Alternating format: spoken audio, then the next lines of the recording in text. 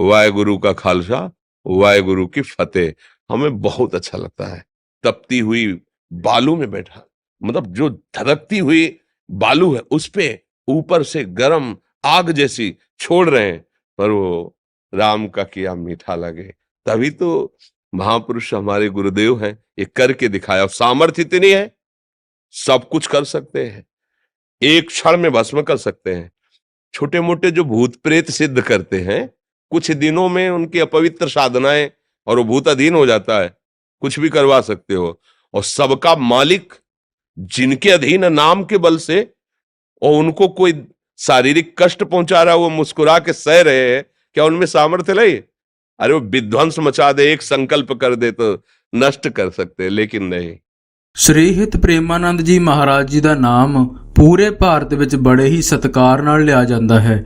ਉਹਨਾਂ ਦੁਆਰਾ ਬੋਲੇ ਗਏ ਮਿੱਠੇ ਬੋਲਾਂ ਨੇ ਸਭ ਦਾ ਮਨ ਮੋਹ ਲਿਆ ਹੈ। ਭਾਰਤ ਦੇ ਧਰਮ ਗ੍ਰੰਥਾਂ ਵਿੱਚ ਜਿਸ ਸੰਤ ਸ਼ਬਦ ਦਾ ਪ੍ਰਯੋਗ ਕੀਤਾ ਜਾਂਦਾ ਹੈ, ਉਸ ਸ਼ਬਦ ਲਈ ਪ੍ਰੇਮਾਨੰਦ ਜੀ ਪੂਰੀ ਤਰ੍ਹਾਂ ਯੋਗ ਹਨ। ਸਾਲਾਂ ਤੋਂ ਭਾਰਤੀ ਸਮਾਜ ਵਿੱਚ ਸੰਤ ਤਾਂ ਬਹੁਤ ਹੋਏ ਹਨ, ਪਰ ਜ਼ਿਆਦਾਤਰ ਸੰਤ ਸਿਰਫ ਆਪਣੇ ਧਰਮ ਜਾਂ ਫਿਰਕੇ ਬਾਰੇ, ਸੰਪਰਦਾਇ ਬਾਰੇ ਹੀ ਗੱਲਾਂ ਕਰਦੇ ਸਨ।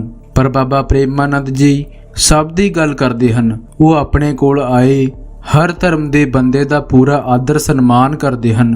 ਉਹ ਕਦੇ ਵੀ ਦੂਜੇ ਧਰਮਾਂ ਜਾਂ ਰੀਤੀ ਰਿਵਾਜਾਂ ਨੂੰ ਨੀਵਾਂ ਨਹੀਂ ਦਿਖਾਉਂਦੇ। ਉਹ ਹਰ ਧਰਮ ਦੀ ਮਹਾਨਤਾ ਅਤੇ ਰੀਤੀ ਰਿਵਾਜਾਂ ਦੀ ਕਦਰ ਕਰਦੇ ਹਨ। ਅਸਲ ਵਿੱਚ ਉਹ ਸੰਤ ਸ਼ਬਦ ਦੀ ਪਰਿਭਾਸ਼ਾ ਨੂੰ ਪੂਰਾ ਕਰਦੇ ਹਨ, ਕਿਉਂਕਿ ਉਹ ਨਿਰਸਵਾਰਥ ਸੇਵਾ ਕਰ ਰਹੇ ਹਨ। ਉਹ ਖੁਦ ਕਹਿੰਦੇ ਹਨ ਕਿ ਉਹਨਾਂ ਦੀਆਂ ਦੋਨੋਂ ਕਿਡਨੀਆਂ ਫੇਲ ਹਨ, ਪਤਾ ਨਹੀਂ ਕਦੋਂ ਬੁਲਾਵਾ ਆ ਜਾਣਾ ਹੈ, ਤਾਂ ਫਿਰ ਪਰਪੰਚ ਰਚਾ ਕੇ ਜਾਂ ਪਾਖੰਡ ਕਰਕੇ ਕੀ ਫਾਇਦਾ। ਉਹ ਦੁਨਿਆਵੀ ਸਮੱਸਿਆਵਾਂ ਦੇ ਨਾਲ-ਨਾਲ ਧਰਮ ਮਾਰਗ ਦੇ ਸ਼ੰਕਿਆਂ ਨੂੰ ਵੀ ਦੂਰ ਕਰਦੇ ਹਨ। ਪਿਛਲੇ ਕੁਝ ਅਰਸੇ ਤੋਂ ਸਿੱਖ ਧਰਮ ਤੋਂ ਬਹੁਤ ਲੋਕ ਉਹਨਾਂ ਕੋਲ ਗਏ ਹਨ। ਪਰਮਾਤਮਾ ਦੇ ਸੰਬੰਧ ਵਿੱਚ ਪੁੱਛੇ ਗਏ ਹਰ ਸਵਾਲ ਦਾ ਉਹ ਬੜਾ ਹੀ ਸਟੀਕ ਜਵਾਬ ਦਿੰਦੇ ਹਨ, ਜਿਸ ਤੋਂ ਹਰ ਕੋਈ ਸੰਤੁਸ਼ਟ ਹੁੰਦਾ ਹੈ। ਉਹ ਗੁਰੂ ਗ੍ਰੰਥ ਸਾਹਿਬ ਜੀ ਦੀ ਮਹਾਨਤਾ ਅਤੇ ਗੁਰਬਾਣੀ ਦੀ ਸ਼ਕਤੀ ਬਾਰੇ ਵੀ ਵਿਸਥਾਰ ਨਾਲ ਦੱਸਦੇ ਹਨ। ਉਹ ਕਿਸੇ ਸਿੱਖ ਦੇ ਮੂੰਹੋਂ ਗੁਰਬਾਣੀ ਸੁਣ ਕੇ ਬਹੁਤ ਖੁਸ਼ ਹੁੰਦੇ ਹਨ ਅਤੇ ਖੁਦ ਵੀ ਗੁਰਬਾਣੀ ਦੀਆਂ ਤੁਕਾਂ ਦਾ ਉਚਾਰਨ ਕਰਦੇ ਹਨ। ਉਹਨਾਂ ਦਾ ਕਹਿਣਾ ਹੈ ਕਿ ਭਾਵੇਂ ਸਾਡਾ ਪਹਿਰਾਵਾ, ਵੇਸ਼ਭੂਸ਼ਾ, ਪੂਜਾ ਪਾਠ ਦਾ ਤਰੀਕਾ, ਰੀਤੀ ਰਿਵਾਜ ਅਲੱਗ ਹੋਣ,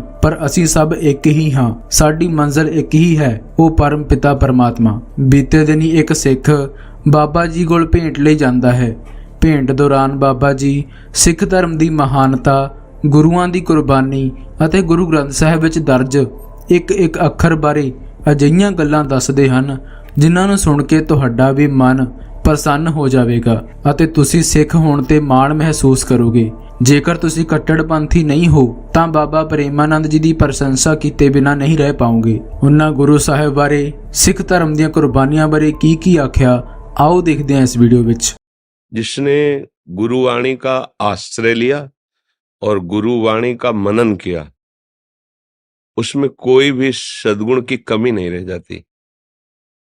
जो मन बुद्धि हमारे संसार की तरफ आसक्त हो रहे हैं, उसका कारण है हम कहीं ना कहीं गुरुवाणी का जो आदेश है उसका उल्लंघन करते हैं। अगर उल्लंघन न करें तो गुरुवाणी में इतनी सामर्थ्य है कि उसका जब मनन करोगे तो मन बुद्धि में इतनी पवित्रता आ जाएगी कि वो नाम को छोड़कर फिर अन्यत्र कहीं जाएंगे भी नहीं। हमारी थोड़ी प्रमाद स्थिति हो जाती है। प्रमाद स्थिति, जो नहीं करना चाहिए उसमें सुख बुद्धि, जो नहीं करना चाहिए उसमें सुख बुद्धि। अब जैसे शरीर की अवस्था ऐसी है, पर मन की वही अवस्था होती है जो उसने पूर्व से अभ्यास किया है। अब हमको बहुत सावधानी के द्वारा, वो बार बार हम कहते हैं, जब आप लोग पधारते हैं तो एक महामहिम वचन उच्चारण करते हैं, वाहेगुरु का खालसा, वाहेगुरु की फतेह। हमें बहुत अच्छा लगता है, क्योंकि वाहेगुरु का खालसा का तात्पर्य है कि जो गुरुदेव हैं, जो गुरु है, वो परम ईश्वर है, परमेश्वर है, सारा वैभव उसी का है। और जो उनकी वाणी का आदर करता है, जो गुरु वाणी को अपने हृदय में विराजमान करता है, उसकी फतेह हो जाती है। अर्थात वो मन बुद्धि चित्त अहंकार के अधीन नहीं रहता, वो मन बुद्धि को अधीन करके उस परम परमेश्वर में लगा देता है, यही फतेह है। वाहेगुरु का खालसा, वाहेगुरु की फतेह। जो वाहेगुरु के वचनों को मान लिया, ये गुरु ग्रंथ साहब साक्षात गुरुदेव हैं, मूर्तिमान प्रभु हैं, अक्षर अक्षर ब्रह्म है। आप उस बात को मान करके और यदि हम चले तो निश्चित हमारी फतेह होगी। अगर हम आज्ञा उल्लंघन करेंगे तो फिर कुछ भी करें सफलता हाथ नहीं लगेगी, ये शब्द लिख ले। क्योंकि मोक्ष मूलम गुरु कृपा, इस कृपा का अधिकारी वही होता है जो मंत्र मूलम गुरु वाक्यम, जो गुरु का आदेश, गुरु के शब्द हैं, वही परब्रह्म तत्व का, परमेश्वर का साक्षात्कार कराते हैं।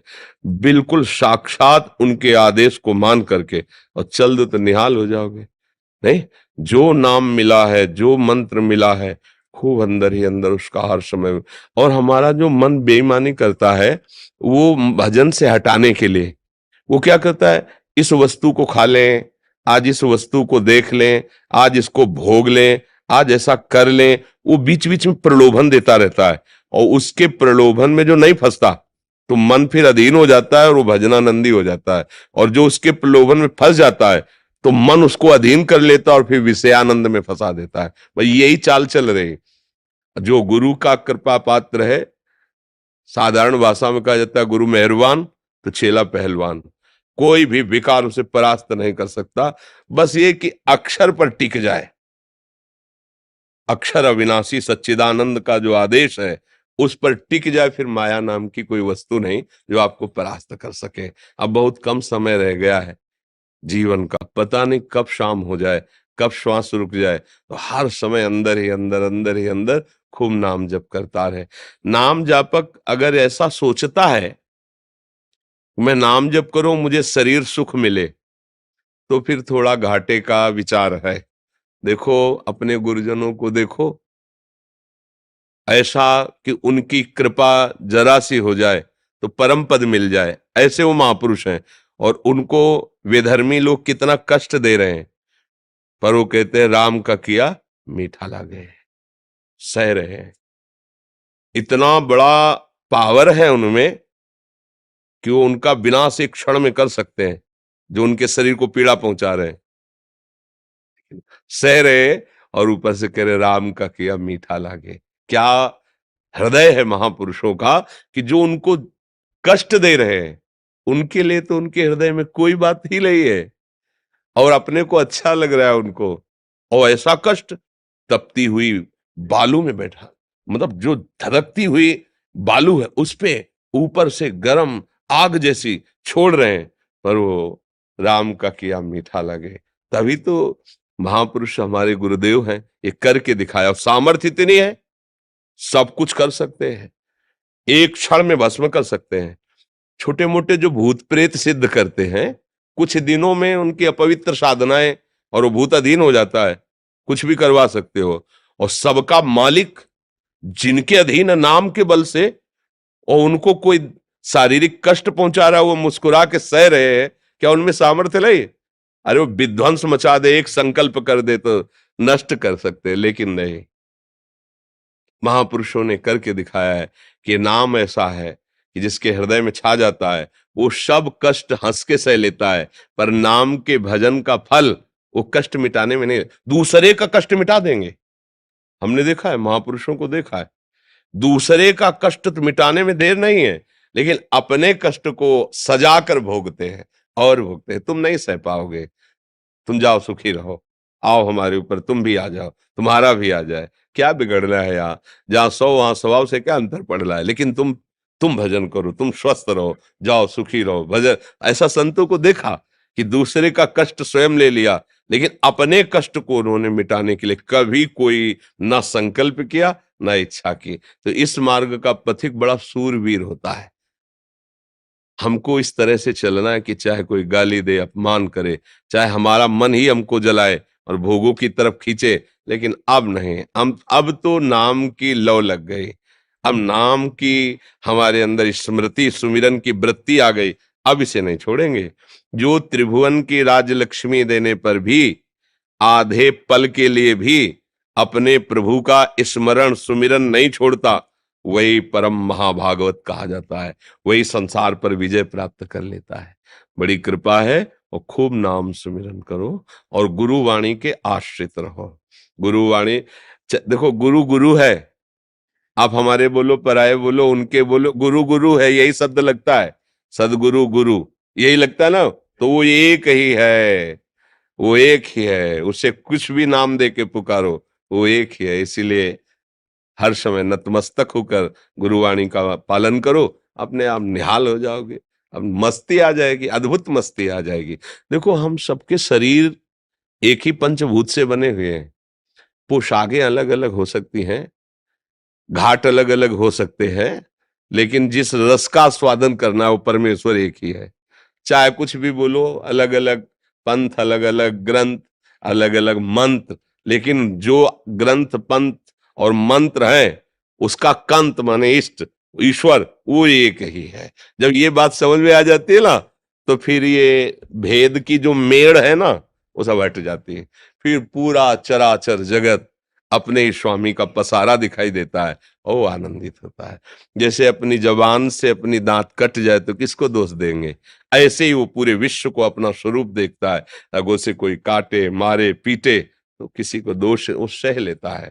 भगवत आनंद में इतनी सामर्थ है, वो सब। ਤਾਂ ਇਸ ਵੀਡੀਓ ਵਿੱਚ ਬਾਬਾ ਪ੍ਰੇਮਾਨੰਦ ਜੀ ਨੇ ਗੁਰੂ ਅਰਜਨ ਦੇਵ ਜੀ ਦੀ ਸ਼ਹੀਦੀ ਬਾਰੇ ਦੱਸਿਆ ਅਤੇ ਨਾਲ ਹੀ ਗੁਰੂ ਗ੍ਰੰਥ ਸਾਹਿਬ ਜੀ ਦੀ ਮਹਾਨਤਾ ਦੱਸਦੇ ਹੋਏ ਕਿਹਾ ਕਿ ਗੁਰੂ ਗ੍ਰੰਥ ਸਾਹਿਬ ਵਿੱਚ ਦਰਜ ਇੱਕ ਇੱਕ ਅੱਖਰ ਬ੍ਰਹਮ ਰੂਪ ਹੈ ਅਤੇ ਗੁਰੂ ਗ੍ਰੰਥ ਸਾਹਿਬ ਜੀ ਆਪ ਪਰਮਾਤਮ ਸਰੂਪ ਹੈ। ਉਹਨਾਂ ਦੇ ਇਸ ਅਧਿਆਤਮਕ ਗਿਆਨ ਤੋਂ ਪੂਰਾ ਭਾਰਤੀ ਸਮਾਜ ਪ੍ਰਭਾਵਿਤ ਹੈ ਅਤੇ ਪੂਰਾ ਭਾਰਤੀ ਸਮਾਜ ਉਹਨਾਂ ਦੀ ਸਿਹਤਯਾਬੀ ਲਈ ਕਾਮਨਾ ਕਰਦਾ ਹੈ। ਤੁਸੀਂ ਇਸ ਵੀਡੀਓ ਨੂੰ ਕਿਵੇਂ ਦੇਖਦੇ ਹੋ, ਆਪਣੀ ਰਾਏ ਕਮੈਂਟ ਬਾਕਸ ਵਿੱਚ ਜ਼ਰੂਰ ਦੱਸਣਾ। ਵਾਹਿਗੁਰੂ ਜੀ ਕਾ ਖਾਲਸਾ, ਵਾਹਿਗੁਰੂ ਜੀ ਕੀ ਫਤਿਹ।